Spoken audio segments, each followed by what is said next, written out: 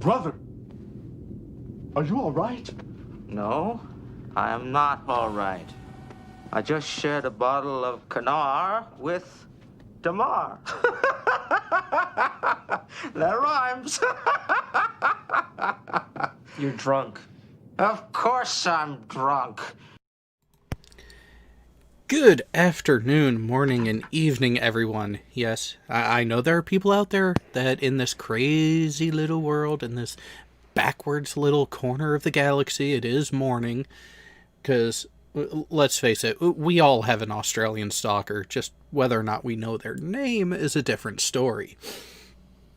Well, welcome to the first, actually, no, this will be the second of the actually now weekly installments of Kanar with Damar, where, yeah, apparently there was some feedback from the Sci-Fi Smackdown we tried a couple weeks ago that apparently one of the debaters wasn't as prepared as they seemed to be.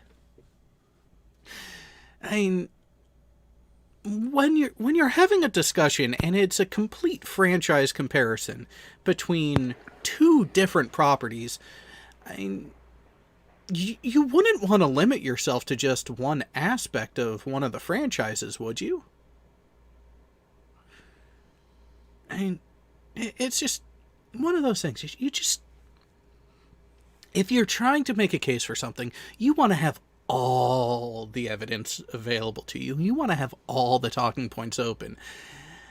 And because of that, we've decided to have the oft not seen but frequently heard Muttley join us because, he had quite some criticisms about how one of the debaters in particular performed. And yes, Jess, I see you out there. Unfortunately, the snack attack is in a different part of the world where he is unavailable for joining us this evening. But I'm sure he will be well aware of your affections and your plans for him.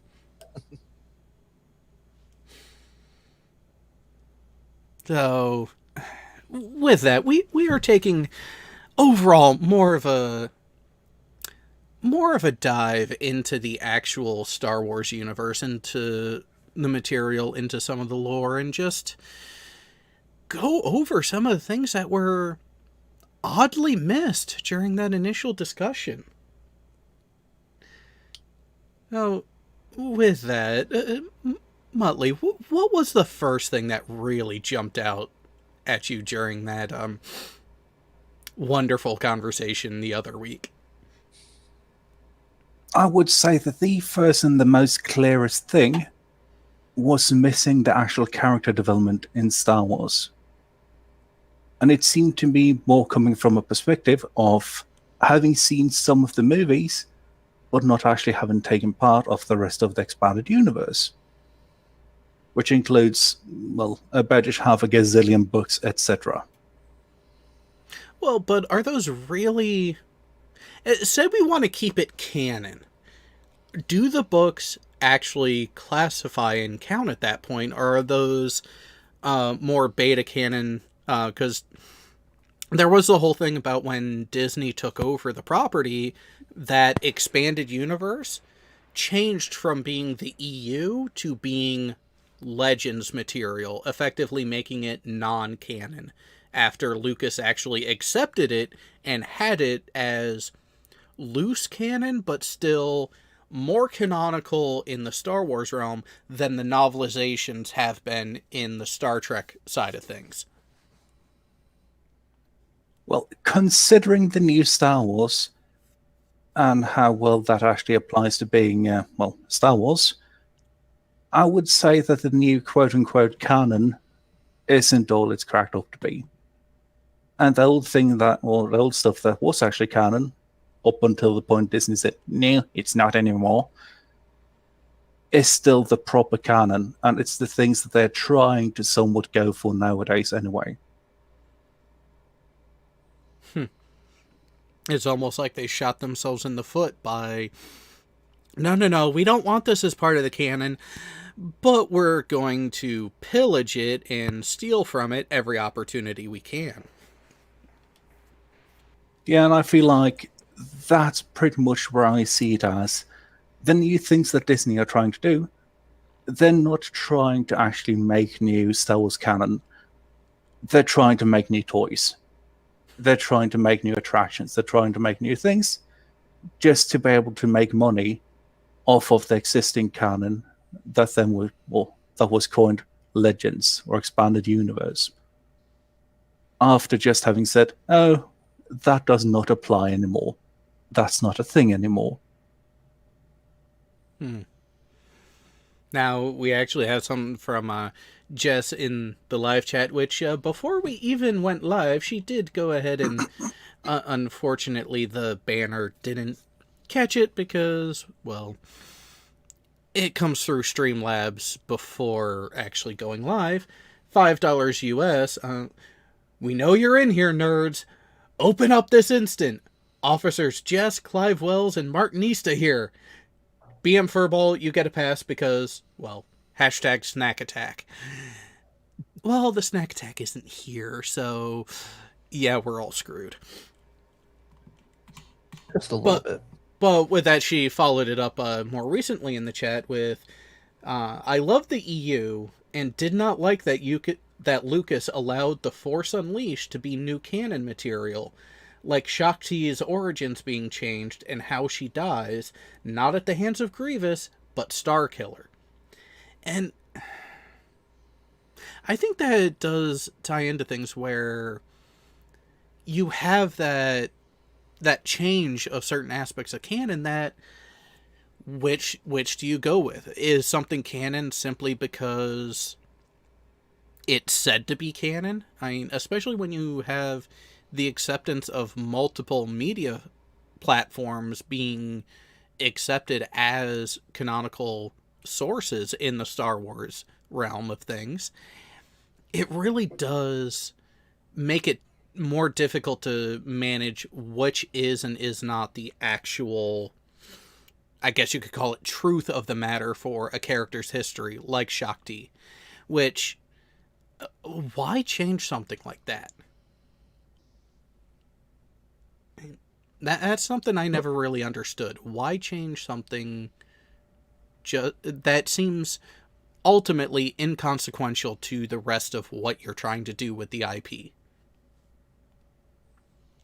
Well, I can somewhat see it, though, because with someone like Shakti, they have a recognizable name, and they try to use that. It's something where they already have a character, they already have everything related to the character. However, they could just as well have gone with anyone else, because, well, they added in Ram Kota, which wasn't really a known character in the Star Wars universe until the Force Unleashed.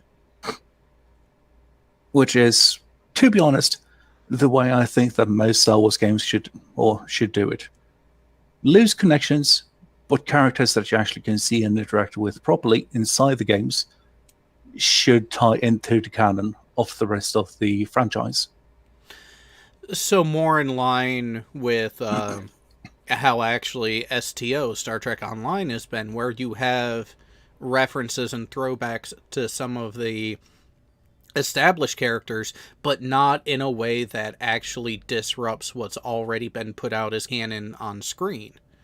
Like, you have Nog, you have Tuvok, you have Neelix in Star Trek Online, but it's all well enough past what's been put on screen that the events and the tasking that they're doing actually doesn't interfere with what is already established as canon. Yes, and let's take another example from Star Wars. We have Knights of the Republic. In Knights of the Republic, some of the characters are mentioned, such as Exar Kun. You have characters like Darth Revan. You have Naomi Sunrider. You have these characters, well, Darth Bane as well. You have these characters that are related to the rest of it, but they are not interacted with in such a way that it breaks any of the rest of the canon. It's not something that disturbs these characters and the canon based on what you can see, what you can interact with in game. True. There is that, and as Jess points out, in she did really like them allowing Shakti to go out like a badass in the game, because you don't see her captured. Just a deleted scene getting taken out by Grievous. In the game, it was an epic fight that was great, which I will give it that. There were instances where, even in what's canonical now on, for those who don't know, we recently, actually we finished Clone Wars this past Tuesday in the Discord server, watching it as part of our entertainment periods. And the way some of the things happened in it were not really up to snuff. I will give Clone Wars this. The last 4 episodes, it really did seem like Lucas got involved hardcore, and it showed. You actually had a marked increase, not in just the presentation, but the story itself and how it ties in with the movies and what was going on. You get to see certain events from a slightly different perspective, and how it then connects to the next series, Rebels, which, as we've heard, there's a bunch of mixed reviews on that one. Some things done well, others not so much. Well, I enjoyed Rebels, actually. I thought it was good. There are some aspects of it where they try to touch in or tie in Clone Wars that doesn't sit well with many people. Like Master Luminara, for example. I don't want to spoil anything, but you know. Well, let's be honest, a lot of this stuff has been out long enough that if you're worried about spoilers, catch up and get your game going, people.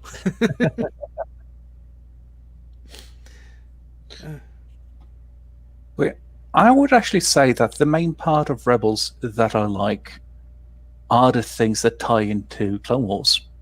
Because there are things in Rebels that show personal growth and just how things have actually progressed from the time of Clone Wars forward. And it's something, it doesn't really get brought up in the movies. It doesn't get brought up in a way that you can actually see it. And some of those things Rebels actually manages to do in a way that's less on the nose and more actually showing how horrible things were back then. There is one episode in particular that actually deals with both the clones and the droids. Since canonically, the clones have a lifespan of 30 years. They're made to be disposable. They're made to just be, well, cannon fodder pretty much. And that's something that gets brought up. Because the droids are made to be cannon fodder, disposable. They're cheaply made. Even if you maintain them, they won't really last that long. They weren't meant to. They were essentially cannon fodder. Yeah, cannon fodder and a money sink. Because that was where they were actually meant to be. They were meant to completely bankrupt both the Separatists and the Republic. And they did it. All the money was gone. They had spent so much money on equipment, on clones, on the droids, on other droids, all those things that no one really had any money afterwards. That's why everything looks, well, like a shithole after the events of the first 3 movies. When you get into the original trilogy. Because at that point, there's no real money. It's a galaxy after a war. It's a galaxy that's been sucked out by its politicians. Or rather, by one politician at least. Yeah. Well, and when you think about it that way, even even the Clone Wars series got into that aspect of it very nicely with the issue around the banking clan, and when they actually were trying to feign neutrality but giving one side more favorable terms on loans to keep cash flow going, while also recognizing neither side is tenable from a financial standpoint. And that was intended, and that was where a new head of the banking clan was put in place, with the influence of the Sith directly. Now, this is also something where you can see in Clone Wars the amount of conniving trickery that Sidious actually was up to. You can see so many of the things that you don't really get a full grip of in the movies. You see all the small plots. You see things like, let's take Darth Maul, who, well, I'm not even going to say spoiler because this is ages ago, he did not die after the events of the Phantom Menace. He was in fact alive, but he was just shoved away, and, well, he got insane. He was driven insane by his hatred. Quite literally discarded with the rest of the trash. Yeah. Yep. Yet, in the end, he was still used by Sidious in order to gain access to Mandalore. He was used along with his brother in a quite backhand way to get rid of people who would otherwise have stood in Sidious' way. And he didn't even know it himself.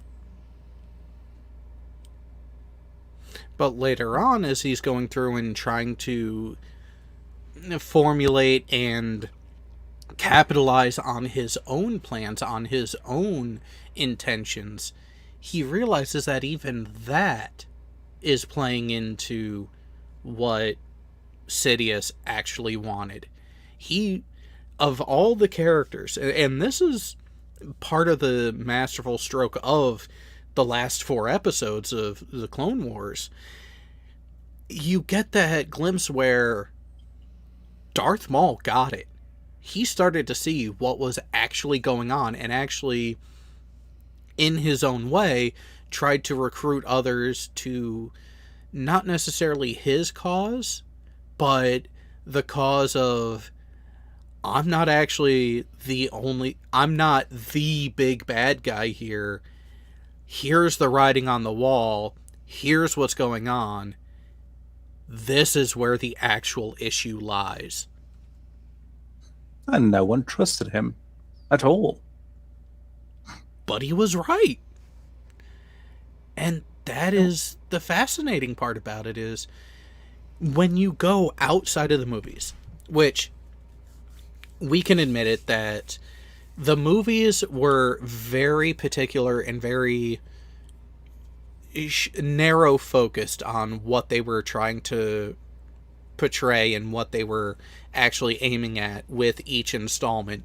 But then you have significant gaps of time in between, so you're not really getting that actual progression of the characters.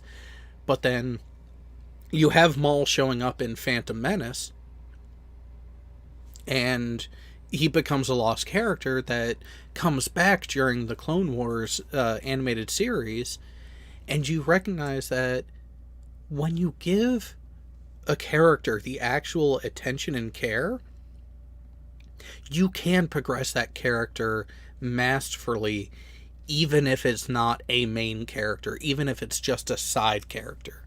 And that was actually one of the criticisms I brought up, in that the character development in Star Trek is more all-encompassing. Yes, you get main character development throughout the series and at certain points in the movies, but you're also getting secondary character development. Now, leave it to just the Star Wars movies. There's your core characters and everyone else. And they don't really care about everyone else. But when you get into the series, when you get into the books, when you get into that expanded franchise, Now you're getting that character development out of the Star Wars universe, and it's actually been done very well. Maul, case in point. Well, And even Sidious is Palpatine's backstory. If you actually read Darth Plagueis, it's quite interesting how he grows as a Sith from the beginning to the end of the book, and which leads right up to the end of Episode 1. So I mean, it's, if you like you're saying, Jared, if you limit yourself to just one aspect of a franchise, whether it's canon or not, you can lose a whole host of actual plot line and storyline that helps make sense, and it can be adapted after being thrown away like Disney did. I mean, that's kind of where they're going with when you get into Rebels, there's going to be episodes where they go to Moraban. Well, Moraban is the new canon name for Korriban, which is the Sith homeworld. still sounds like a fucking typo. Yeah. It does. Which, Yeah. good. Now, it's something where I think this is quite important too, because, well, Star Wars is science fantasy. It is fantasy by, well, definition, pretty much. And in that, you have a completely different, well, framework than something like Star Trek. Because in Star Trek, you have pretty much everything, I'm not going to say set and good to go, but we understand the basics of everything in that world. We understand the basics of, okay, you have warp drive. Warp drive has these set limits. You have these things going on. You can always refer back to other things and tell that, okay, thing A correlates to thing B or with thing B, and that's why you get thing C. It's somewhat simple to actually deal with. In Star Wars, you have a universe that's so much older than the one in Star Trek, and made up of mostly, I'm going to say, esoteric rules. Because in Star Wars, if you look at something as simple as a repulsor drive, it's really old technology. That is to them what something like a lever is to us. It's been around since thousands upon thousands of years. We do not know exactly how it works, but we can see what it does. If you look at something like that, or you look at something like hyperspace in Star Wars, it's something we don't have all the rules. We don't have a firm understanding of the basics of Star Wars. Or you can look at something like a lightsaber, because, well, you have people claiming that it's a laser sword, it's a manifestation of the user's force, etc., etc. Yeah, you have Now, canonically, multiple it's a plasma. variations. Yeah, but canonically, it's a plasma cutter. That's literally all it is. It's a mass of plasma extended in a magnetic casing. And that's something where, if you understand that, you can understand other parts of the Star Wars universe. But you also have to understand that the new things that they try to do, and this is something where the new movies, the new series, etc., kind of fall a bit flat. Those things they try to do now, like they try to claim that, oh, you can only use a special form of crystal for the lightsaber. You can only use this specific thing because this is exactly what gives this item its properties. Now, it doesn't work, and that framework for Star Wars, what we understand about it, how it actually works in the Star Wars universe, starts falling apart. And that's a huge degree, or that's a huge cause for why it doesn't work anymore in Star Wars. Why we don't have the same science fantasy as they used to be. They try to explain things, like Beyond Kamets in the chat brought up. You have things like midichlorians. Midichlorians make fuck all sense. Not if you actually look at how it used to be before. Midichlorians isn't really something where you can say that you have this value of midichlorians in your blood, in your body, therefore you're this and that strong of a Force user. It doesn't work. Especially looking at someone like Darth Vader, who had pretty much all his limbs cut off, yet he was still a really strong Force user when he let himself be. Yeah, and that's where you get those discrepancies and those nitpicks. And I guess it was one of those, the advent and the way they applied the midichlorians in episode 1 was as a way to simplify and almost make it closer to a real world analogy of how can we justify the evaluation of who is and is not a potentially stronger Force user compared to another.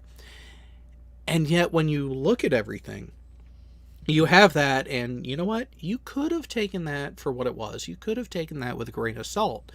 But then you have the arc where Yoda went on his side trip and actually started to follow the voice, the Force Ghost voice of Qui-Gon that took place, and going to the source of the living Force, and yet still needing to go to Korriban, to the Sith home world, where simply it being midichlorians and that interaction does not hold as an explanation unless you just imagine a big red button with the words "I believe" on it, and you just keep repeatedly pressing that button. It doesn't work in all situations. I liked one thing, though, that was brought up in, I think it might have been the Thrawn trilogy, I'm not exactly sure right now, where they start showing quite clearly that the whole thing, the Jedi, the Sith, the Grey Jedi, or Grey Force users, they're not all of it. They're just the ones you see the most.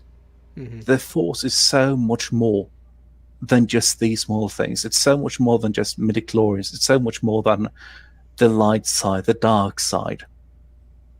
And where they start bringing it into a whole other universe of actual possibilities.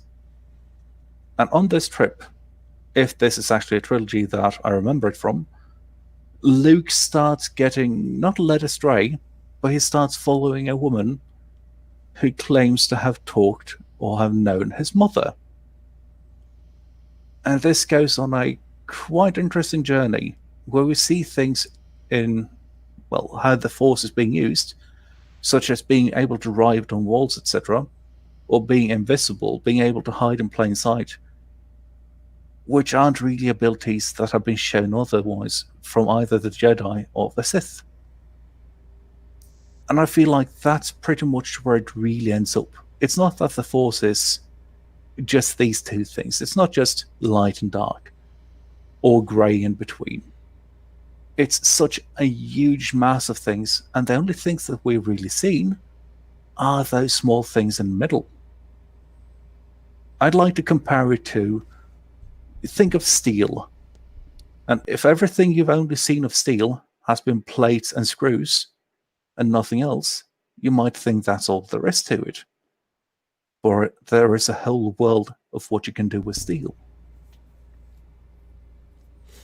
Yeah, and that's where allowing that wider universe and that further exploration really becomes crucial for a property that, looking at it, really can be and is as wide-reaching and vast as Star Wars can be. Because when you look at it, they have the frameworks and they have that flexibility of thousands upon thousands of years to play with. And while, yes, you have bits of technology and everything that have persisted throughout much of it, at the same time, you can still show progression in many facets. And there was a... right here from Jess. I like it better as a religion. Believe in the Force, trust in the Force. Then it became, I'm an O blood type, so I have more midichlorians. And that is where I can see where that can be misconstrued and that can be seen as how it was going. But at the same time, there was still a cross between those two in at least the movies, where yes, you have mentions of the midichlorian counts, which gives you the potential. But just like any muscle, if you don't use it and exercise it properly or adequately, it's going to atrophy. So what good is it then? That's actually something that kind of leads into a nice segue. Do you know who Karl Katar is? Oh, that came up a number of times in our off-air discussions on this. Yeah, but Karl Katar was, and I don't give a bloody fuck about the whole Rogue One stuff right now. Okay, it's a decent movie, but Karl Katar was the one who stole the Death Star plans. I'm sorry, but no. Don't try to tell me otherwise. However, Karl Katar was also the son of a Jedi, or a Force user at least. And he, in the second Dark Forces game, started actually trying to get into the whole thing with being a Jedi, and ended up in a place called the Valley of the Jedi, where a lot of Jedi had been buried, or a lot of Force users rather, because as I recall, there's both Jedi and Sith and everything else pretty much. He is a strong Force user at the end of that game, Dark Forces 2. What's it called? It's called Dark Forces 2. I think it was Elite Force or something like that. No, it's Dark Forces 2. Give me a second here. Oh, fuck's sake, brain work.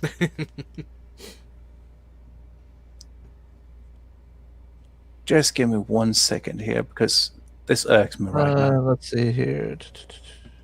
Dark Forces. Oh, Jedi Knight, Dark Forces 2. Yeah. That's the one. He's a strong Jedi at the end of that. At the beginning of the next game, Jedi Outcast, he doesn't have his powers anymore.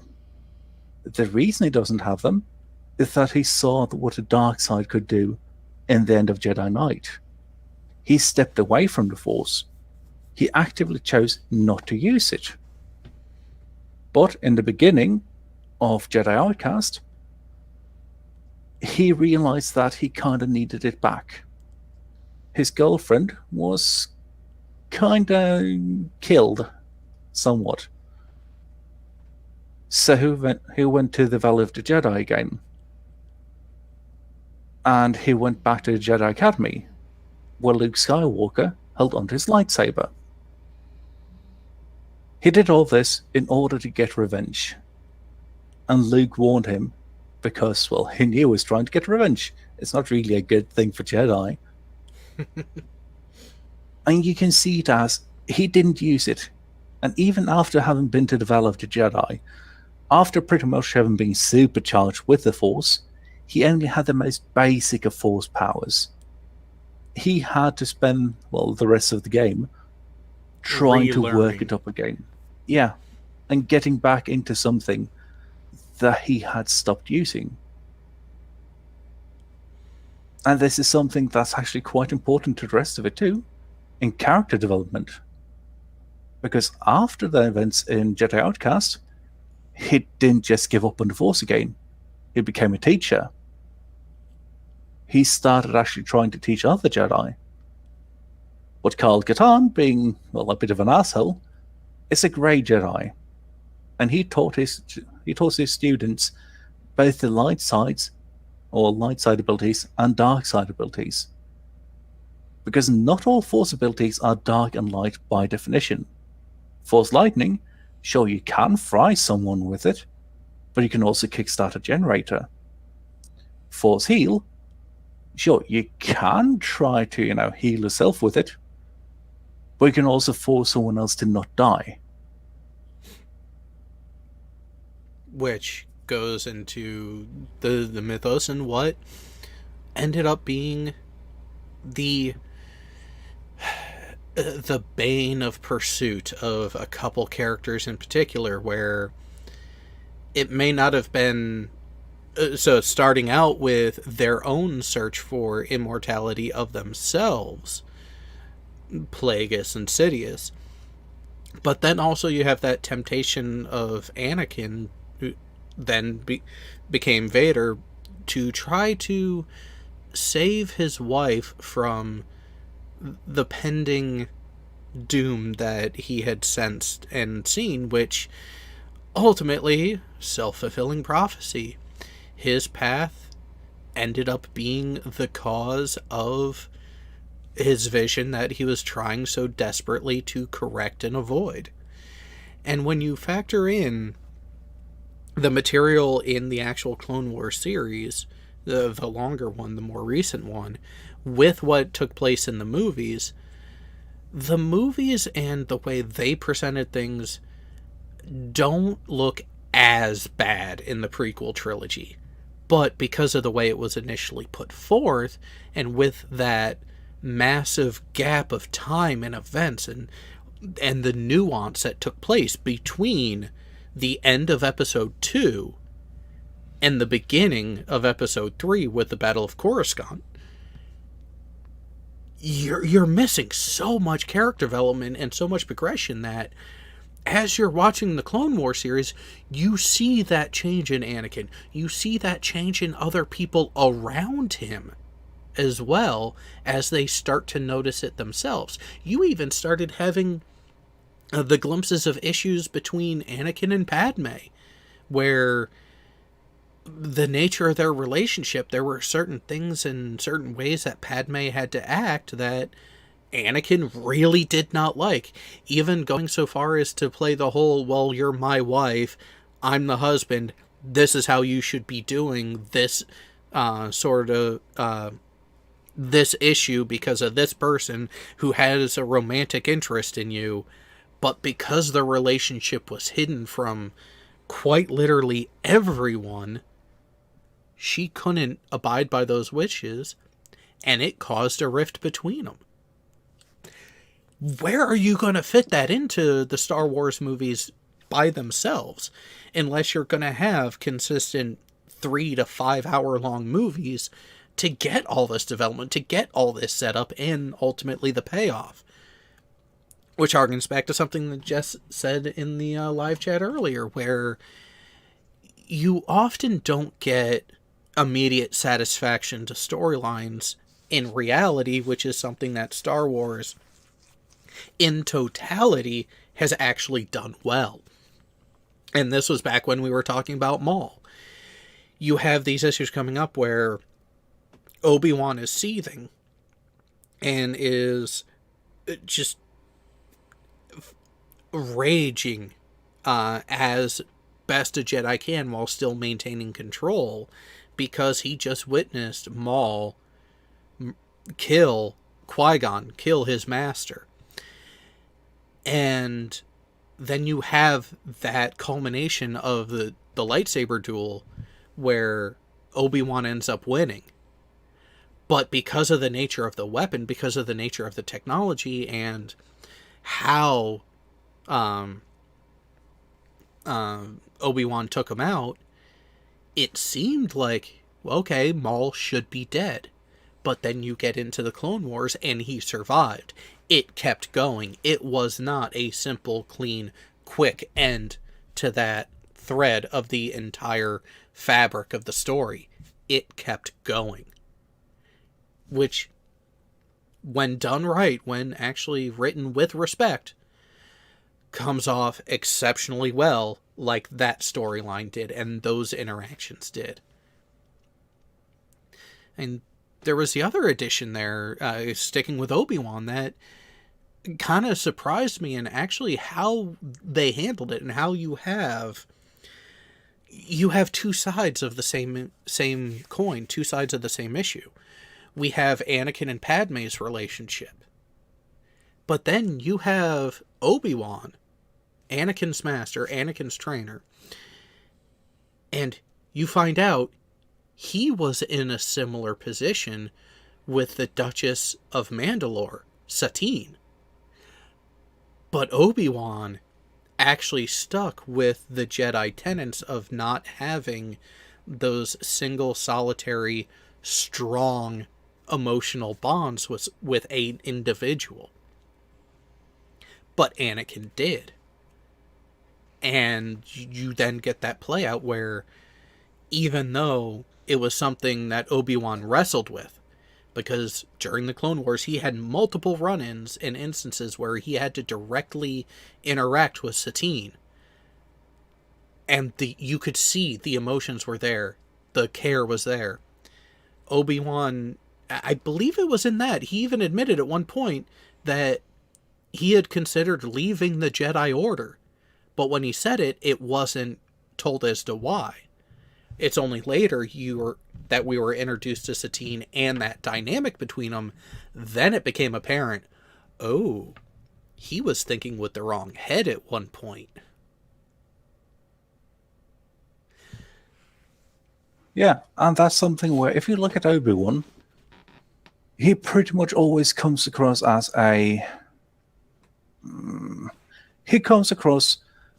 either an angry youth or someone with a broomstick so far up his ass they can smell the splinters. There's nothing really in between in the movies. And that's something where you can look at the novels, you can look at what actually happened between these things, and you can see why he became the person that he did. And that's pretty much, that's what I miss with old, well, quote-unquote debate that was supposed to be here. Because I wanted these things. I wanted things actually going over the characters. I wanted things going over what makes Star Wars great. But it didn't really end up like that. And this is why, well, at least in my opinion, it was a disservice to Star Wars. And even talking about Mira Luca in the chat now. Ironically, you can actually be that character type here in this game. But this is something where Star Wars overall needs to be taken as the full franchise. If you start trying to divide it into canon, expanded universe, non-canon, etc., etc., you really get left with an incomplete mess. Because they all really need one another to work out perfectly. Yeah, and that's where it's... I'm going to give you a 10,000 piece puzzle, but I'm going to keep anywhere from 2 pieces to 4,000 pieces myself.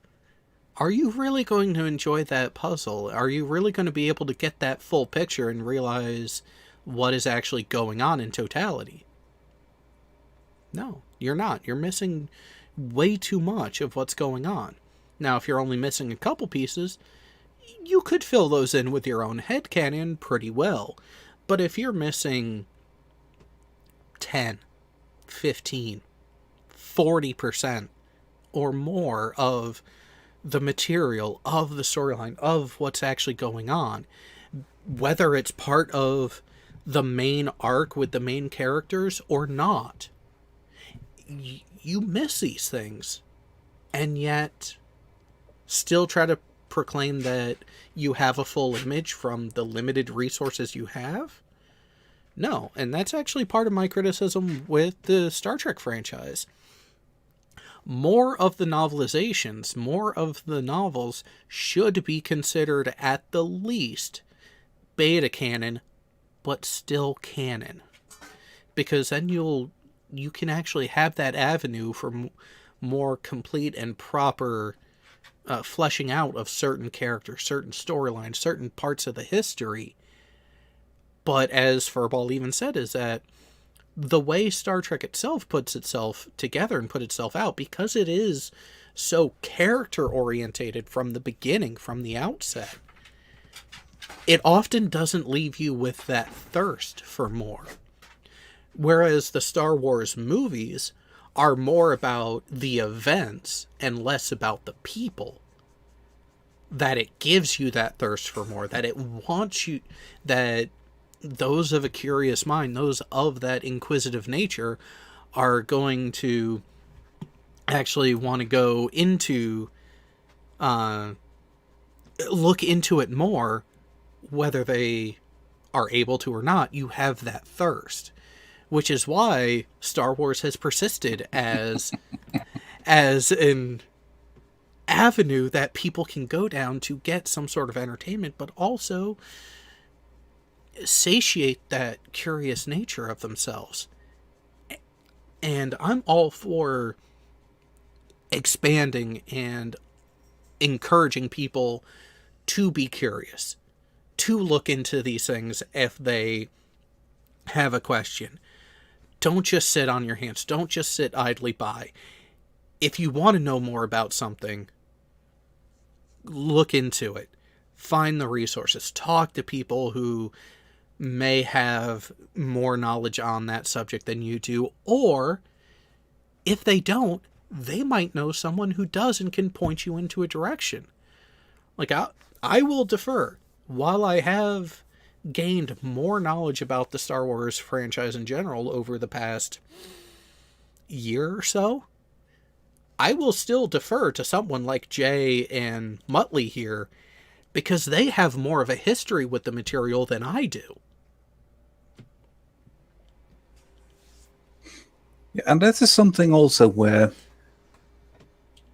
say the last or the thing that happened last week, I felt like there was a bit of a lack of understanding of the source materials,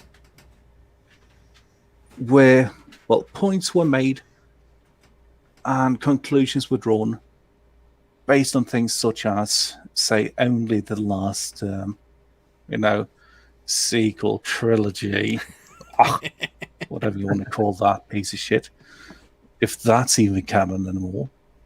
But there were conclusions drawn on that. And having been a Star Wars fan since, well, not too long after I was born, it's something with that trilogy alone is just not enough. It doesn't really explain anything in regards to... It doesn't explain anything in regards to what makes Star Wars Star Wars. Instead, it was a mockery of all the rest of it. Seeing something as simple as the comic sidekick. In the original Star Wars, you had comedy mixed in. You had things like R2-D2 and C-3PO. You had things like, oh, everything's fine up here, what about you? But nothing about it was made in such a way that it was over the top, or just always made to be comical. The comedy came more from how tense the situation was, rather than the actual situation being comical or comedic. And I think that actually sums up what made those parts of Star Wars so great. They were more realistic in how they portrayed humor. It wasn't something that was all set up to be humorous. It was a tense situation where the humor just lightly loosened up loosened the tension, only for it to then get even worse. Yeah. Missed opportunities. I think that is the best way to sum up the recent missteps in not just Star Wars, but a lot of franchises lately. Missed opportunities and misguided priorities. And like you mentioned before, with the droids in the original trilogy, and having those moments of unintentional humor, natural humor. That stuff works. But then you get something like frickin' Jar Jar in the prequels, and then in the sequels you have forced things. Oh, this is funny because it's so basic and base level that it is actually not funny in application. But then you have other characters and other things that are nothing more than a check mark, nothing more than a quota the writers were trying to fill because reasons. If that's the reason for your character being there, the character doesn't need to exist. And that's for all franchises across the frickin' board.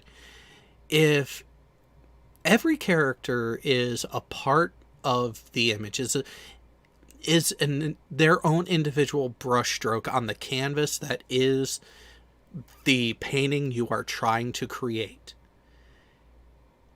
If that stroke doesn't need to be there, it gets covered over by others.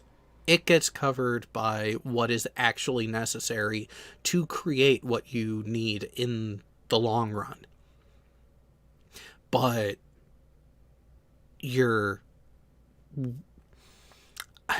I'm tempted to say it, but it's not entirely the weak-minded. I would more say it was the misguided minds who are, oh, well, we need to have these sorts of things to make other people comfortable.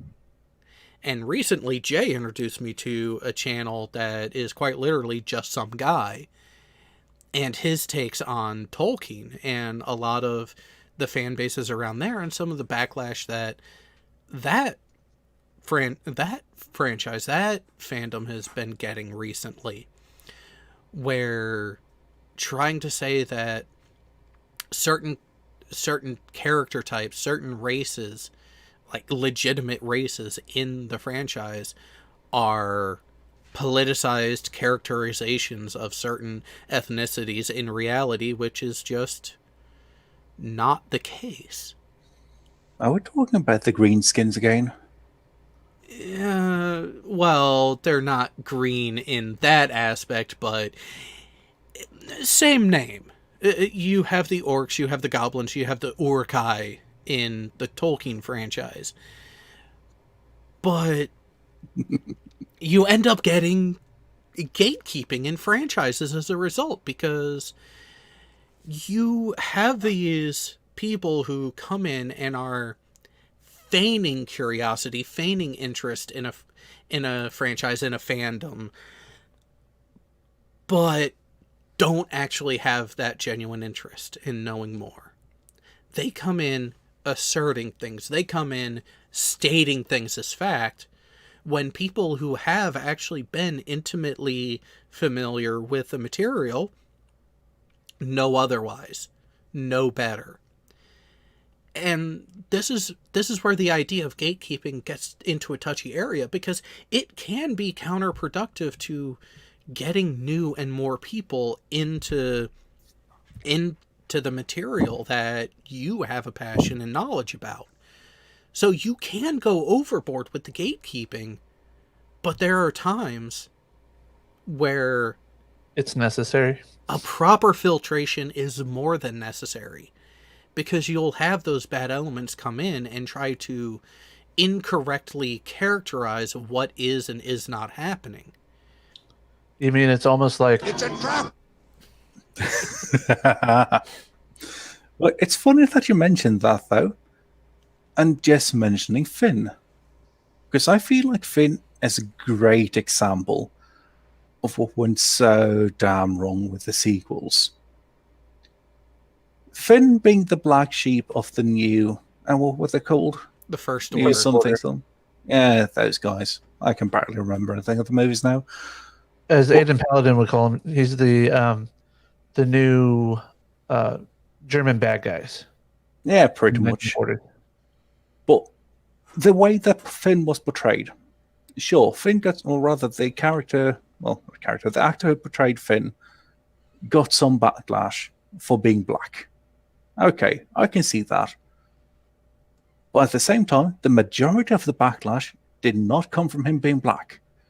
It came from his character being so completely butt-fucked by the entire franchise that he was made into a joke. He started off being the black sheep of the New Order, or, well, Nazi number 2. Mm-hmm. He started off being a potentially great character. He could have been so good as actually being a character in the movie.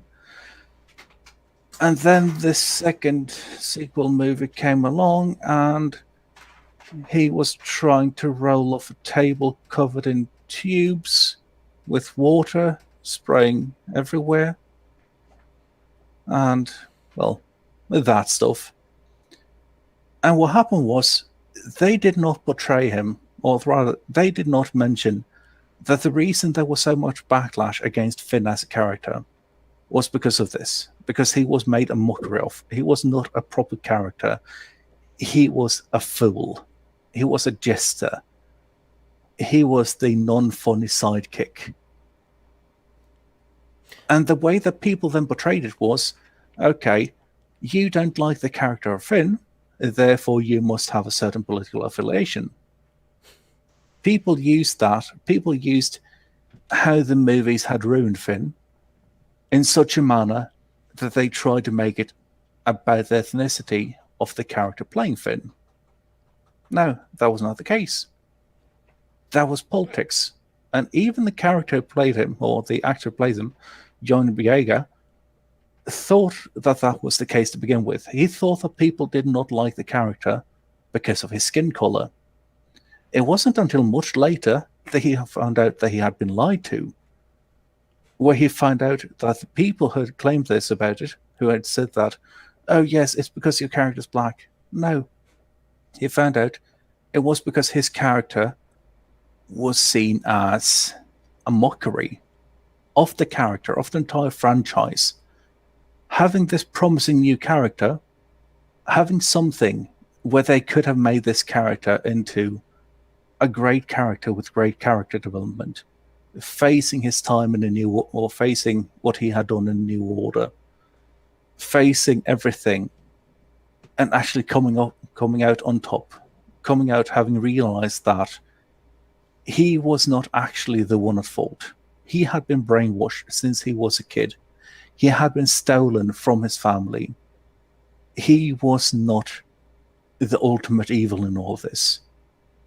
Even though he felt like he actually needed to redeem himself, even though he felt like he needed to work this out on his own, that he needed to sacrifice himself in order to pay back for all the things that he had done, that he was still actually worth something.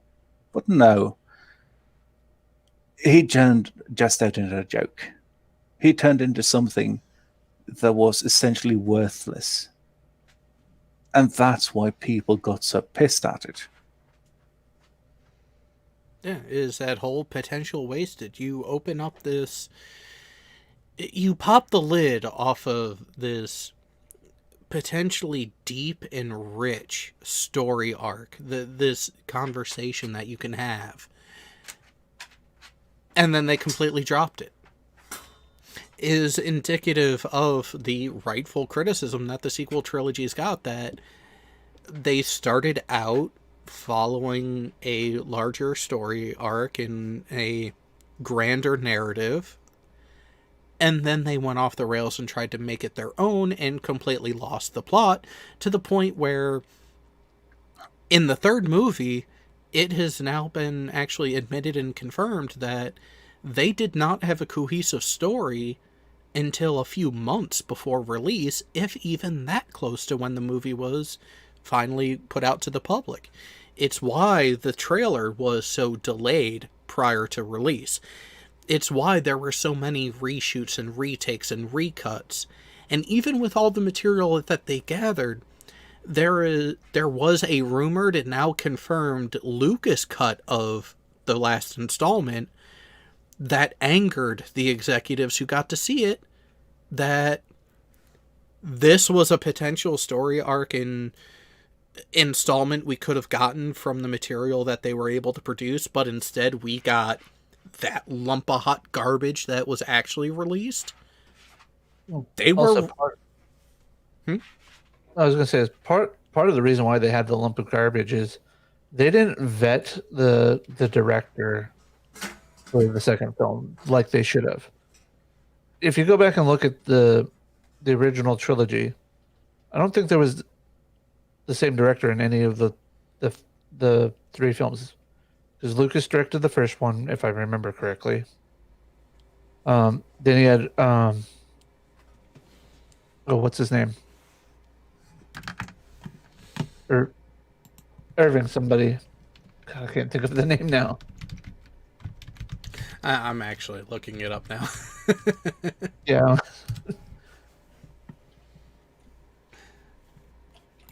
So.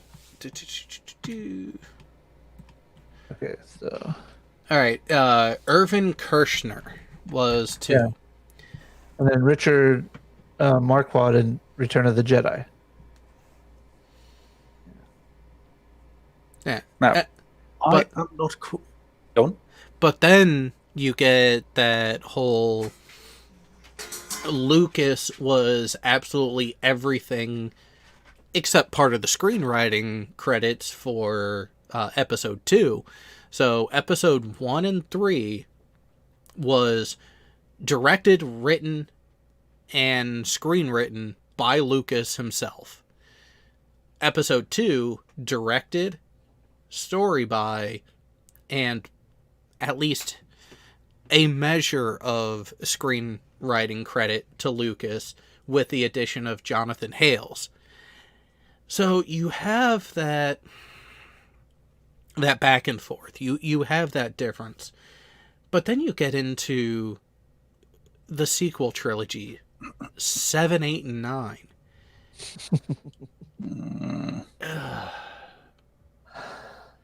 Sorry, but bad reboot. There are certain things that you have shown to not be able to do. You had an opportunity and you had a lot of grace and and given a lot of latitude with the Star Trek franchise, where you admitted it was going to be a reboot in a different timeline to begin with. That gave you a lot of wiggle room. And you did okay. You did passably. Not great, but not terrible. But then you come over to the Star Wars franchise after admitting that, oh no, we're Star Wars fans. Through and through. First and foremost. And you know what? It showed. Because Episode 7 actually showed potential promise. Because you have J.J. Abrams actually indulging in that fandom and actually doing better than he did with Star Trek. You set things up. You got the ball rolling. But then everything went over to Rian Johnson and the Disney staff. And, oh yeah, all these great plans, all this overarching story and everything that we want to bring back, and yeah, no, I'm doing this. That does not help. That will actively hurt the franchise that you are trying to perpetuate and your own faction of it that you're trying to build. Okay, well, that's something that they should have really considered to begin with, because, well, the first movie in the sequel franchise was pretty much, well, a reskinned version of A New Hope. Yeah. It's really hard to get around that. It's pretty much just copy paste with a lot of things. Just add a name there, remove a name there, change some shit here, update the visuals. But I would say that even in that, they had the seed of their own destruction. They tried to make it as a complete movie in and of itself. And I'm going to say that because of the character development. If we take something like A New Hope, what development does Han Solo have? he starts off being, a bit of an asshole, a bit of a rogue. But in the end, he's still a bit of an asshole, still a bit of a rogue, but at the very end, he actually showed a bit of conscience and heart. And when people thought that he was already long gone, he comes in at the 11th hour and does his part to help the rebels win the day. yeah. And even with that, would you say that he's a complete character from what we've seen up until that point? Is that a finished story arc, or is it a finished character arc? No, there was still more to go, because you still had dynamics to figure out and shake out, and then we get Empire, where Empire was less Luke heavy and actually showed more of the Han Leia interactions and the growth there. Yeah, and this is something. Now, let's take Finn. What was Finn's development during whatever the name of that movie was? The first sequel movie. Force Awakens. Yeah, Force Awakens. So you get Yeah, you start actually with growth, and with that door being quite literally blasted open, because here we have a stormtrooper that appears to be hesitating, that is not just blindly and quickly following the orders in a battlefield environment. Why is that? Well, we don't know. No. We could have figured out.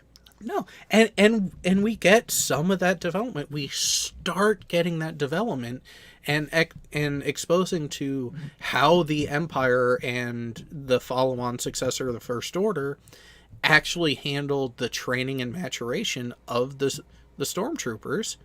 So you start to get pieces to the puzzle. You start to build on things. You start to understand, and you recognize that Finn makes an active decision early in, probably about midway through Act 1, to no. F this. I'm out. I'm helping the Republic. Going completely against his training, completely against his indoctrination. You have that step and that a massive change. But every change like that has ramifications. And we only start to see those ramifications. But with that too, with Finn, we really see the end of his character arc in the first movie. The way that they do it, they don't really leave it up more to speculation at the end of that movie. As in, they execute it in such a way where to really get going, or where to really continue with this character arc, you need to kick off a new side story with him. Mm-hmm. And this is where I'm kind of getting into it, because with Han Solo, we see the change in him, but the change that we see in him up until the point of the end of A New Hope is still continuing. It's open-ended. We see him at a snapshot of what's happening right there. And it then leads up to what actually happens in the movie after. And that's kind of where I feel like the way that they did The Last Jedi, or that was cool. No, the second one, Last Jedi. Yeah, the way that they did it, they had to start over all the character arcs for that movie alone. There was no continuation. From Rey, who barely even had an arc. It was, a quite flat trajectory. I'm there. Pretty much. I'm here. I can do awesome shit. What now, bitches? Yeah, pretty much that. Or with Leia, who had, with all those things, you didn't really have any character arcs, and the only one who had some kind of even starting to redeem himself character arc was Luke, who was handed such a bad hand to begin with that it couldn't really go anywhere but upwards. It couldn't go anywhere but better. They made the first sequel movie in such a way that it would have been better as a standalone movie. It would have been better as a movie such as Rogue One. With that enough, it's a standalone thing. You then have another movie with another group of people, and in the third one, you tie it all together. Yeah, and that's where it, from what has been leaked and what has been rumored, it actually looks like that was what Lucas had actually given and handed over. Was this is going to be a multi-movie arc. This is what's the overarching changes. This is the grand image. And they started working towards that and then stopped. Because they rushed it. I mean, it definitely looked like the people that were part of the creative team of the sequel trilogy were not used to writing a story in such a way that it can be enjoyed as a standalone, but also be part of a larger universe. That is a very special type of writing that is needed for something like that to happen. That's something that's really hard to do. Which sadly, well, if you only want to make money and you don't actually have people with any kind of passion for the project, you'll fail. Mm-hmm. That's simply it. Rodent No Last Name in the chat has brought up a very apt comparison in this point. What Disney was trying to do with the Star Wars universe is what the Marvel Studios has been able to do with their own expanded universe, their own movies, where you have that meta tie-ins, you have all these individual stories going on that tie into each other, but that also coalesce at certain points. For like the Avengers movies, you have those key players all coming together, but they're all still on their own path. They're all still on their own arc that is being carried throughout these multiple movies that are standalone, that are enjoyable on their own, yet still fit in with everything else for the most part. And yeah, and that's where Marvel is not immune in this aspect. They've still had problems. Granted, their problems are not so far-flung and as complete as they are with Disney's handling of Star Wars. But let's look at a character like Captain Marvel. Set up as the ultimate MacGuffin, set up and put forth as being the replacement for Captain America as the centerpiece of the next phase of everything going on.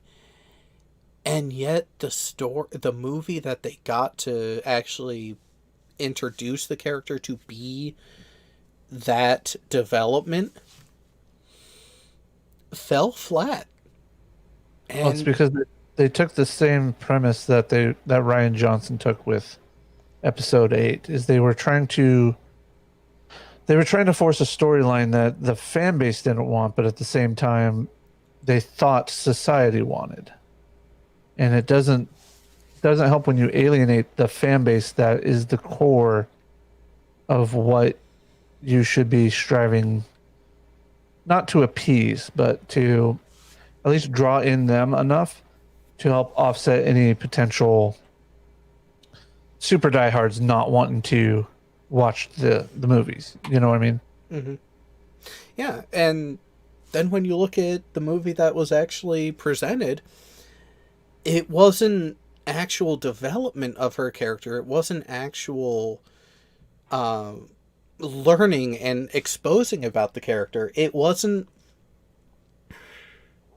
There It was is just her backstory, and well you're gonna leave it. there's It was in writing there is a mantra that all good writers have come to realize is the way to go. Show, don't tell. At points you're going to need exposition, you're going to need information dumps. That it's going to happen. You're going to need to put some information out in that sort of way.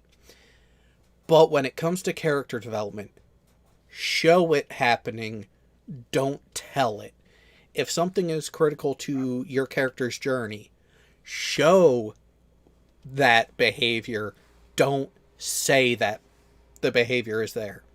And that was the thing with Captain Marvel. You have a lot of telling of these things about her and not demonstrations. But when you look at a lot of the deleted scenes, that's where you're actually getting it being shown, not told. And episode 8, as much shit as it gets from the fan base and everything, this is where Rey kind of stops being a Mary Sue for a little bit when she's on Acto, because she knows Luke's not going to train her right away, so she starts training on her own. She starts trying, and then that forces Luke's hand to, okay, if she's going to do this, I might as well start doing stuff. And it still goes along the lines of, you know, you're telling Luke to do this, and you're telling the crowd that, yeah, Luke does this, but against his will, when they could have shown it a lot better. They tried to, but they just didn't get it quite right. But the question is, should she really have been trained in that manner? Because with Rey, in the first movie, she uses Jedi mind tricks. She moves things using the Force. She has she has an amount of knowledge of the Force already that does not really make any kind of sense if you look at the character and how far she should have progressed. I would say that the thing I would want to change with her meeting Luke would not be him training her in the Force. It would be him training her in how she's actually acting, in training her and seeing why is she doing these things? Why is she using the Force for something which could be done without the Force? Will she be using the Force as a means to an end? Or will she actually use the Force to harm other people? I would much rather have seen that and seen him try to talk to her about the actual dangers of the Force. About the things such as, okay, yeah, sure, you can lift the X-Wing using the Force, but do you know why you want to use, or do you know why you want to lift the X-Wing? Do you know what it entails actually doing so? Because the next time she gets a choice like that, say for example, she wants to get through this door, she meets a character that has the key card. Does she examine why and try to convey that to the character? Or does she use the Force and rip his head off, only to take the key card and then unlock the door herself? Yeah, and Because Rey, go on. no, and that's the thing is, simply being a Force user is not the issue, is not the question. It's the application of it and those choices that, like we're seeing on the screen, the choices make the determination on which side of things you fall on. Are you neutral? Are you in the middle? Are you gray? Do you play both sides? Or do you lean heavily one way or the other? It's these choices in when and how you use the abilities that determine that, not anything else. Yes, and that's something with Rey. Say that we begin with The Force Awakens again. Rey is still more than bit of a Mary Sue. Yep.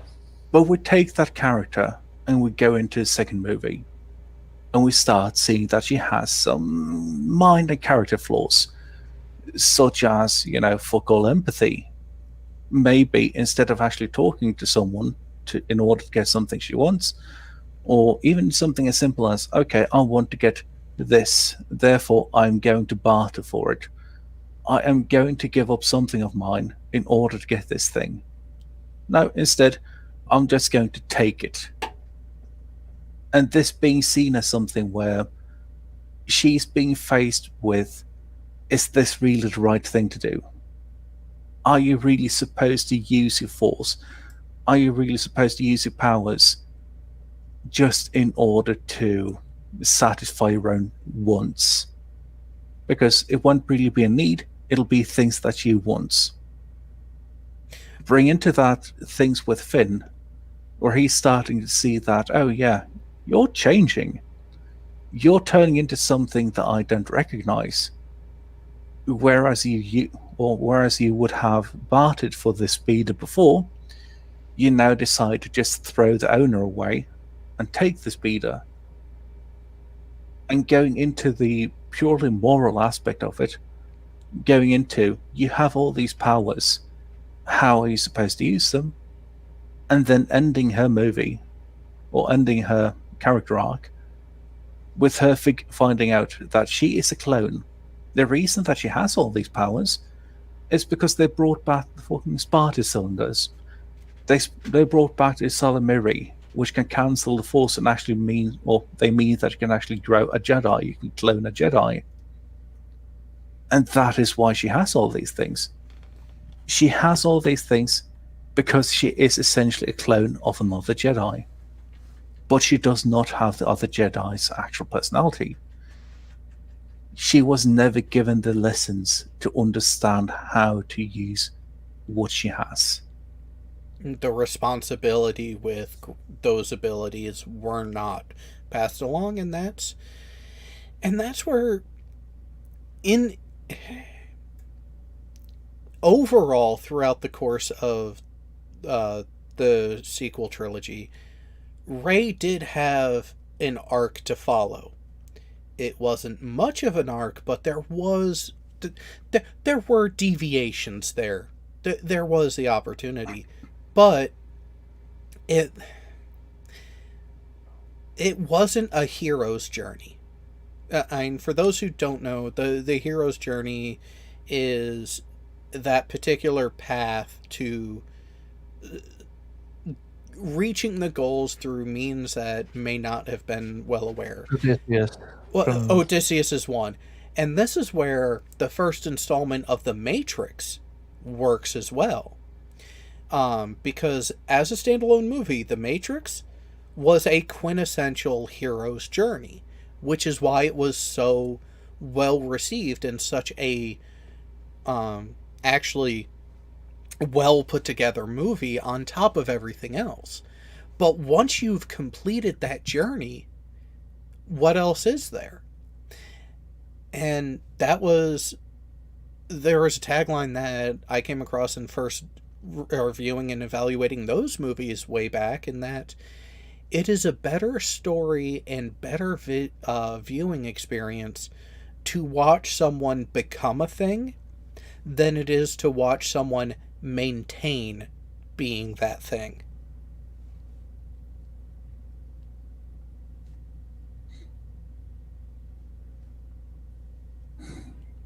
Yeah, and I think this is actually where so many things now struggle, or so many shows and movies in general struggle. Because they want to show the hero's journey when the hero has already reached the end of it. They already have everything. There's no struggle left. And the only thing they really need to do, they don't even need to maintain it. The way that they do it now is that the hero is doing everything in their power to throw it away. It is almost the opposite of a hero's journey if you look at how it's actually being used in something like The Force Awakens. Because you have Rey. To begin with, she's being portrayed as being kind of weak, not really headstrong, etc., etc. She knows some stuff, but she doesn't really know that much. But then she gets on the Millennium Falcon, and all of a sudden she knows how to fix the hyperdrive, etc., etc. And that's where she starts off being the hero. She starts off being that end goal. And she only really gets weaker as you go into the second movie. Only then to bounce right back after in the next installment. Yeah, so it's useless. Yeah. But I'd like to make a comparison there, though. For those of us who have read the Thrawn trilogy, Thrawn is a masterful tactician. He is a commander with a capital C. He is a Grand Admiral, and he has very much earned that rank. He might come across as a bit of a Mary Sue to people who have not actually read all of it or understand him as a character.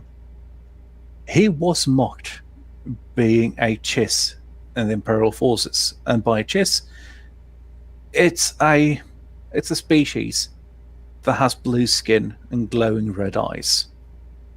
He was mocked relentlessly, especially in the Empire, which mostly just had human everything.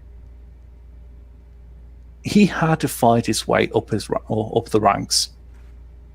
He was not just a Mary Sue coming into this and knowing everything to begin with.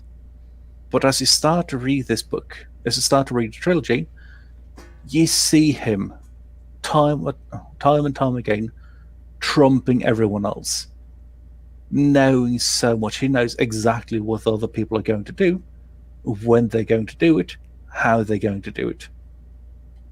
And he just keeps doing this. He's a villain that's pretty much unbeatable to begin with. His downfall, the thing that killed him, was the thing that he did not foresee. He was killed by a Bothan spy. Stabbed in the chest.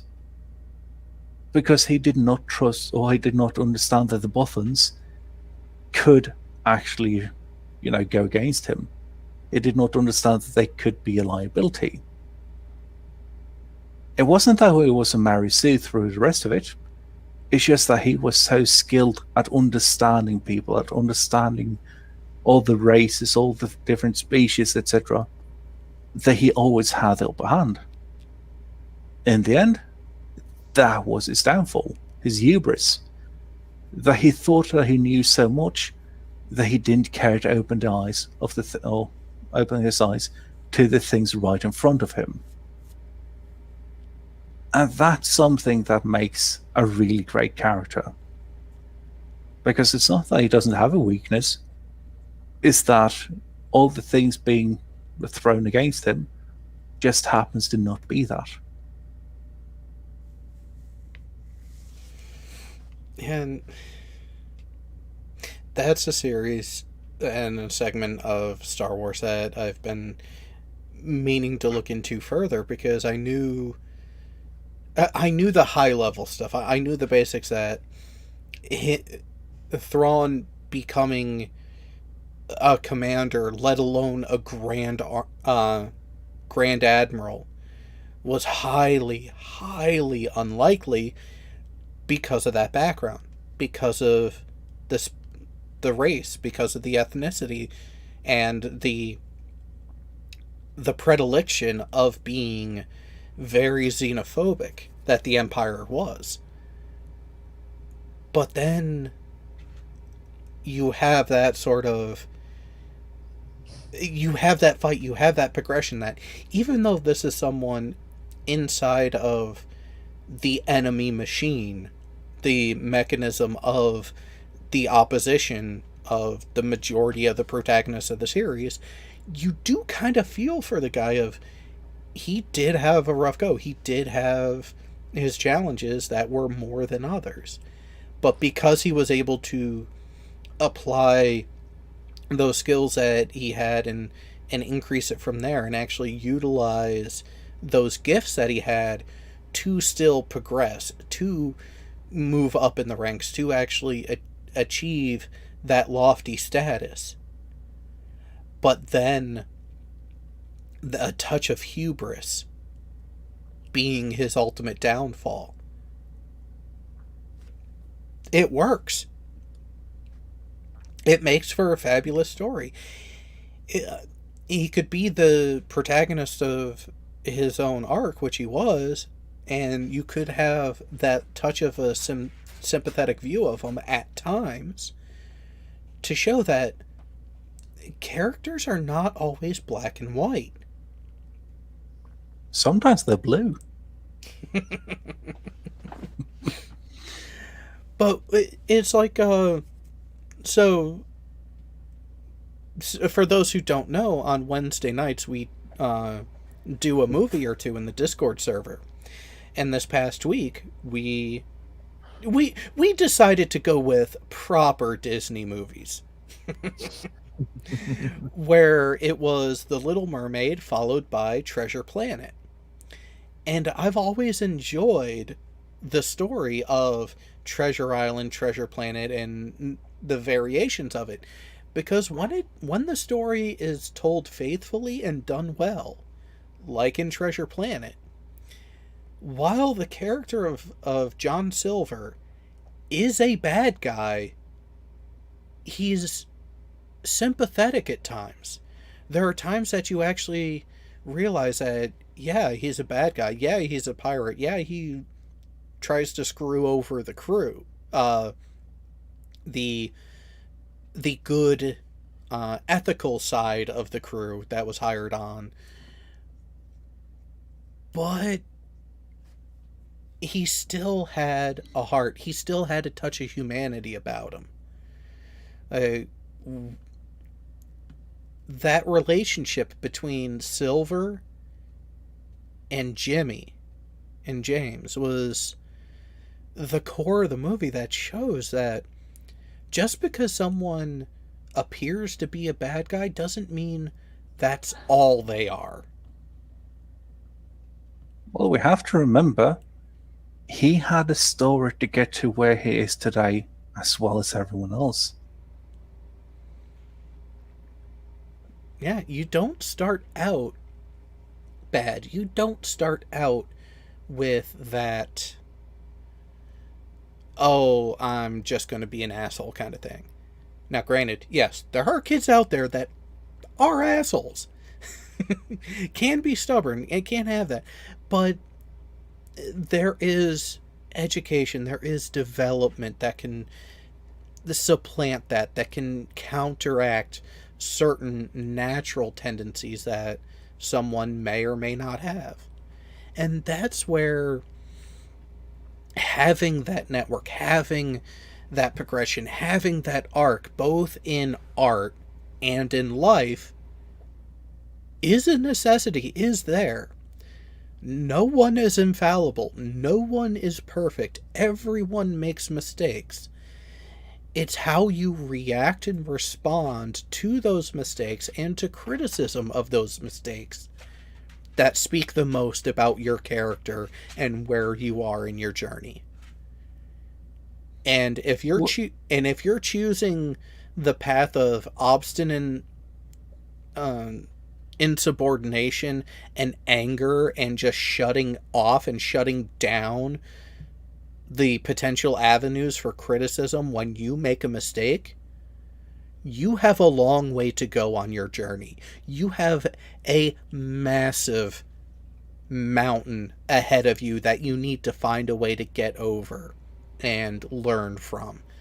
Otherwise, the other side of it is just going to be as bad or worse than what you're facing now. And also, it is important being able to see other people, other characters, for what they actually are. Which, taking Long John Silver there again, in Treasure Planet, he asks Jim what he's willing to lose. Trying to find the treasure, what is he willing to actually lose? Jim looks just pretty much at well, Long John Silver's cybernetic implants in that movie. But we can see the way that Silver is actually looking at Jim. He's looking at Jim like a father. He's looking at Jim as if he was seeing his own son, someone that he had actually lost, someone where he could have a chance to start over again. And even though it wasn't really said, it's, well, not even heavily implied, we can draw the conclusion that what Silver lost was way more than just an eye, an arm, and a leg. Even though Jim doesn't realize that at that point in time. There's more than just the physical toll to decisions that we make. And it's very important to remember it. It's very important to remember that no matter what you see, no matter if you get to talk to this person right now, and they can seem all fine, or they can seem like an asshole, there's usually not just the natural personality, but so many other elements just adding into that.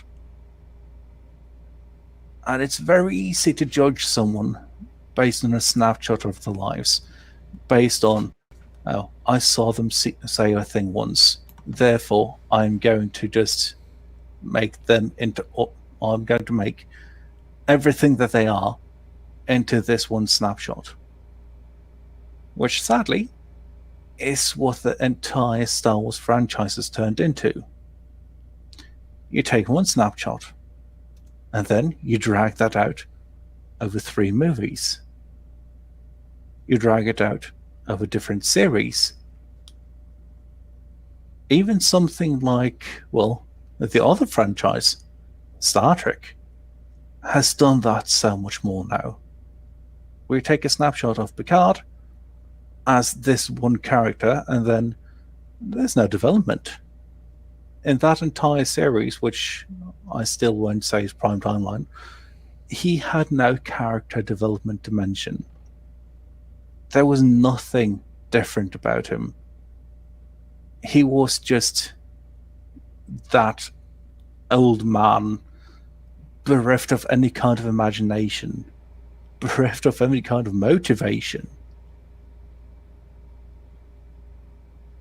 And that's where I put things like that on the entirety of the creative staff in charge.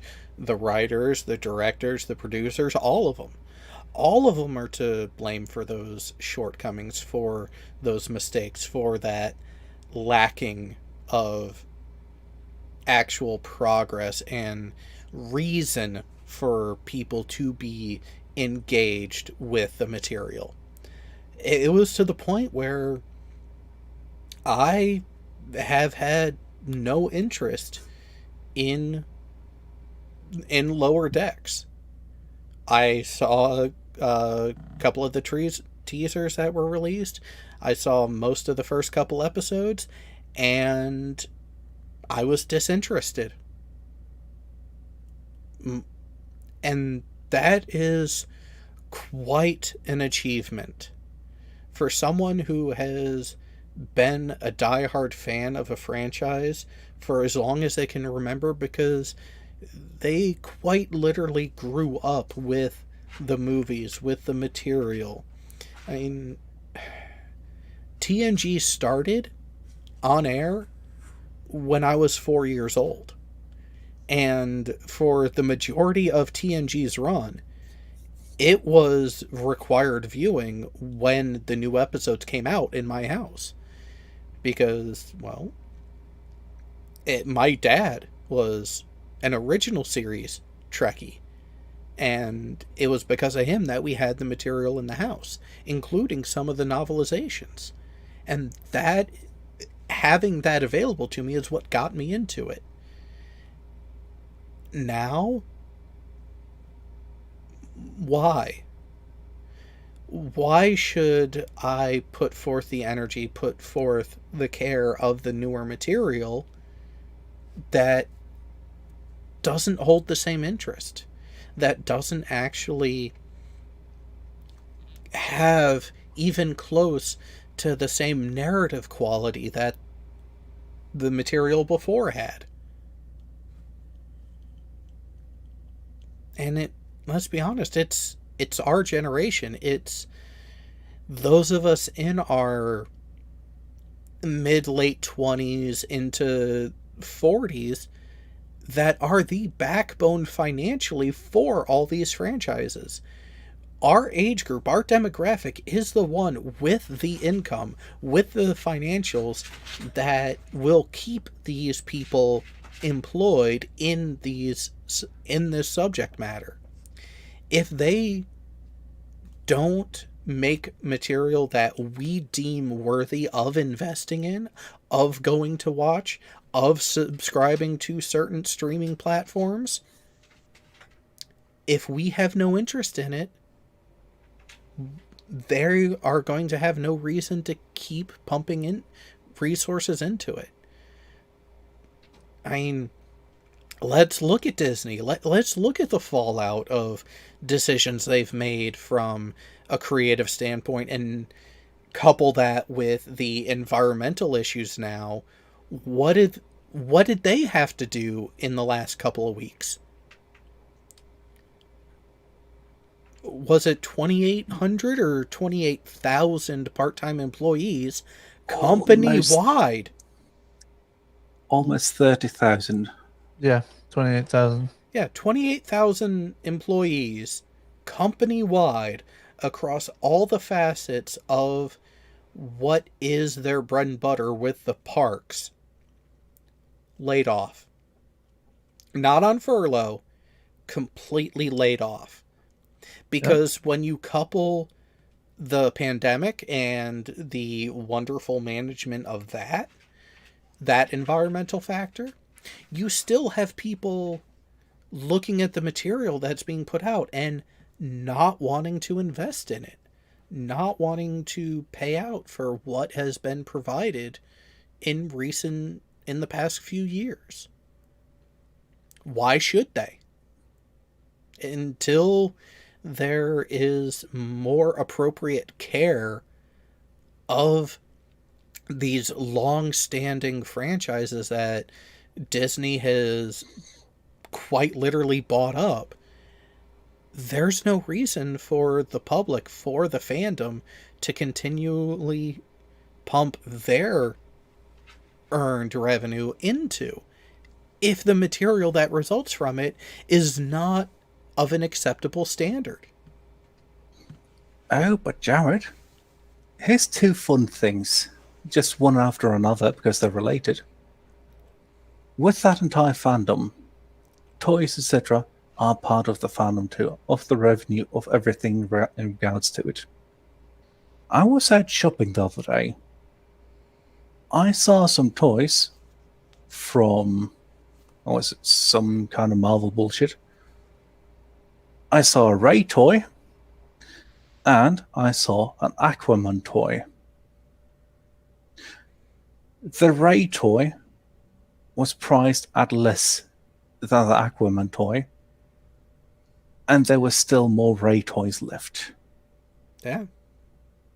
And to add to that, just because this is actually something that's quite interesting to look at, I've been looking around quite a bit just to see the different kinds of lightsaber salesmen, etc., over the years.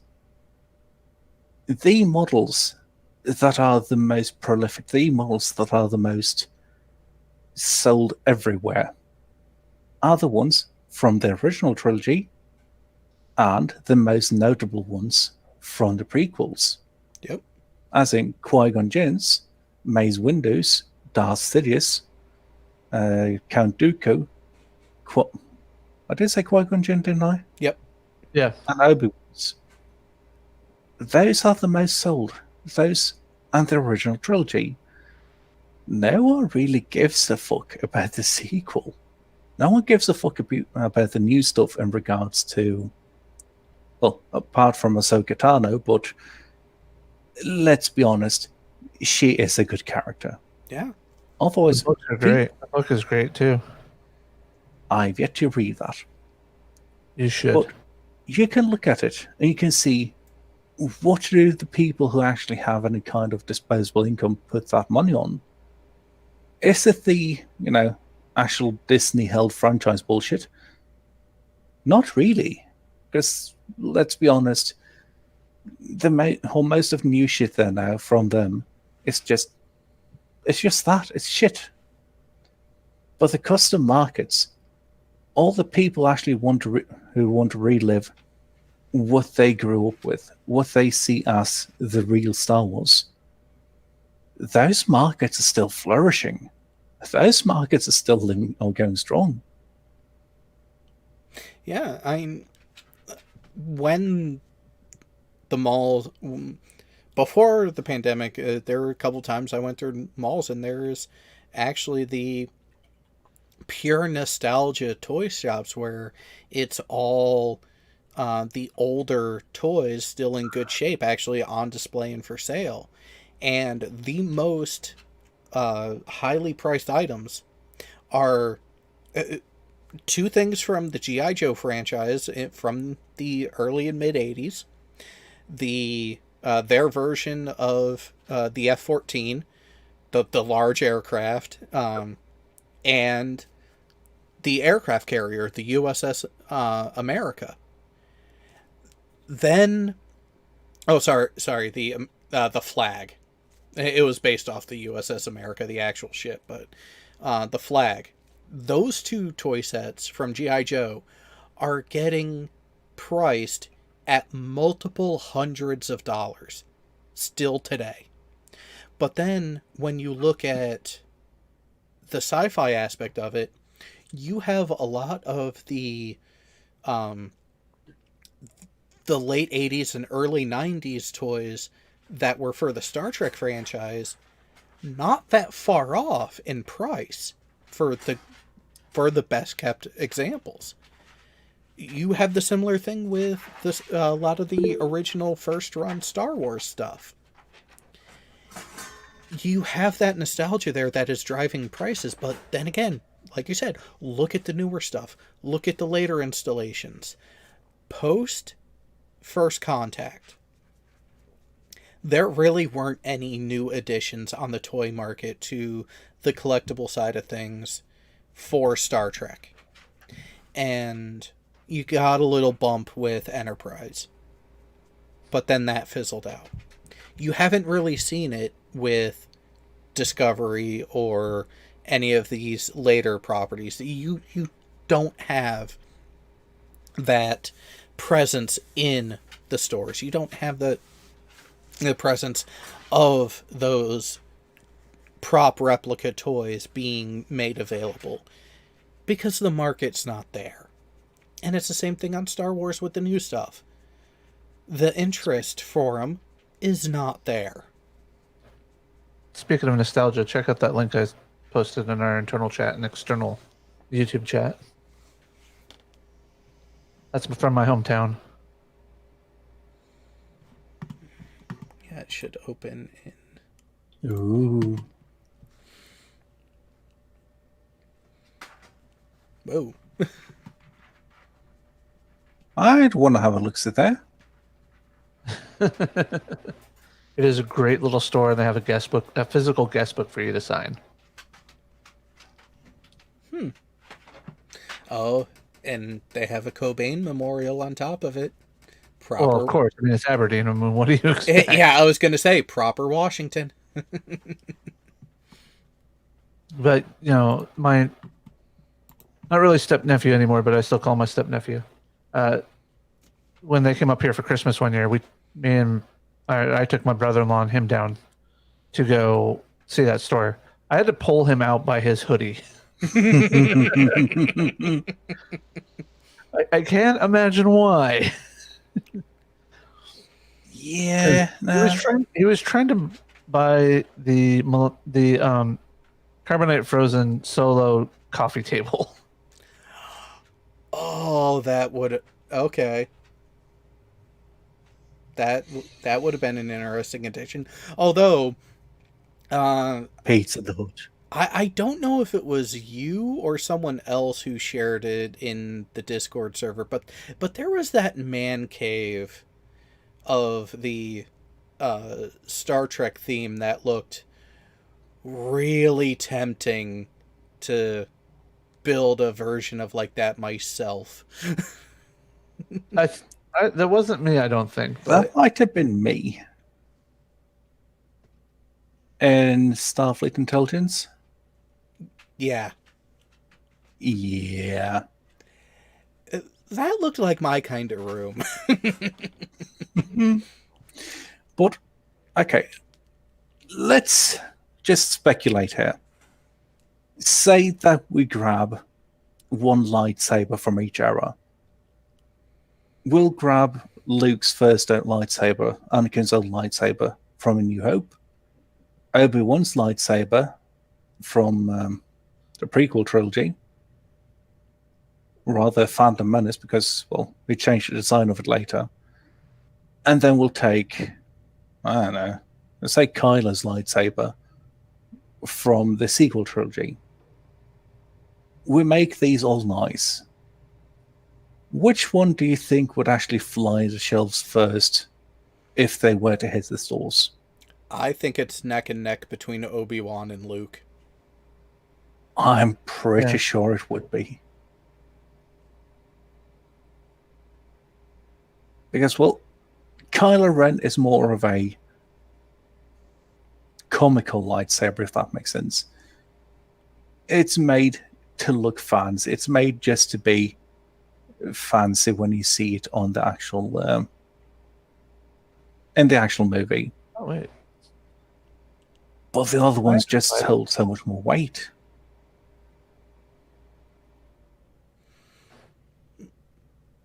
What are you looking up now? oh, where is it? You were able to actually. There it is. Or you can buy it in the dual saber bowl. Do they have Kyle Katarn's second lightsaber? No, I don't think so. Bastards. See, and I will admit that I like the follow-on, the second version that Obi-Wan had in the prequels and Qui-Gon's. I like that style. I like the look of those. Anakin / Luke / Rey's version is not bad, but not my cup of tea. It's so much more a tool. It looks like a tool. Yes. But that's something we can get into. Well, very fastly get into. That actually, when you look at what Disney's done, they've boiled it down to being, 10 separate parts for the emitter, the shroud, the middle part, all those things, and it's just mix and match between those. Whereas in old canon, let's take Corin Horn, because, well, he's quite well known in the expanded universe at least. His lightsaber was made with a fucking speeder bike handle. Literally. It was a speeder bike handle. And you have other things like in Young Jedi Knights, one of their lightsabers is made out of a wrangler tooth. What about in Clone Wars, in that episode, they had a young Wookiee as a youngling, and there was a lot of wooden parts to his lightsaber. Yeah, guess where they stole that from, though? Young Jedi Knights.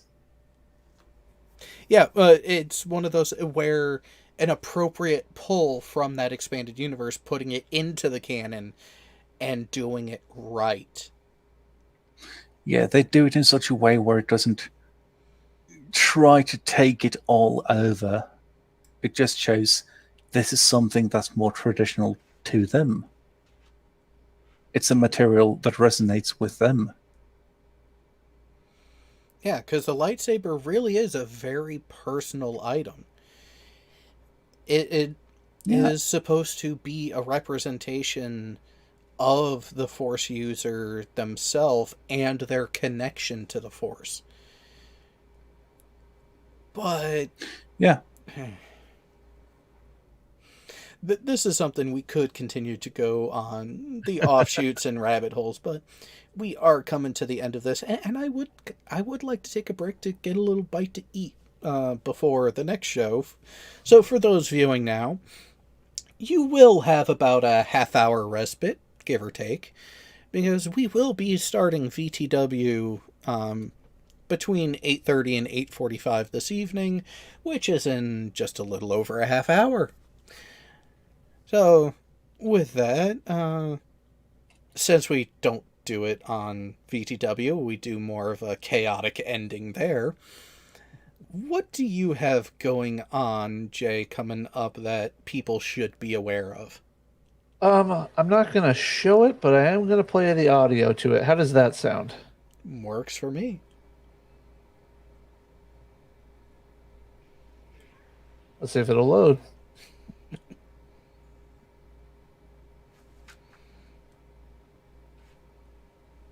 Hey, Jay. Yeah, Jay. What do you want to talk about? I don't know. What should we talk about? I don't know. It's been a while. What should we talk about? Talk about sports, video games. We could talk about video games. I know. Politics, politics, politics, politics, politics. Yes. So look out for a new intro on Jay's channel, Thoughts by Jay Brown, as he apparently getting back into a realm that you haven't really touched in a little while. Yeah, with the move and all, it's hard to get settled, and then I'm in my last class, so I'm really trying to focus on that. But some things have come out that need to be addressed. So You don't say. And so Muttley there, Leon, is the cohort and one of the mods on the Discord server. Is there anything coming up there that you would like to remind people of that we have coming up? This Tuesday, we're going to end off the Star Wars series run, and I would recommend everyone to be there because we're going to go through the highlights of Rebels, which luckily aren't really that many, so we can get all the episodes into that. And on Wednesday, we will be watching Stargate. And for if you don't, for those who don't know, we are referring to the movie, not the series. oh, but come on, Jared. Oh, but wait. Because after we watch the movie on Wednesday, and since we've completed the run on the Star Wars material, what do you think is taking over on the Tuesday night viewing? We will be starting with Stargate SG-1.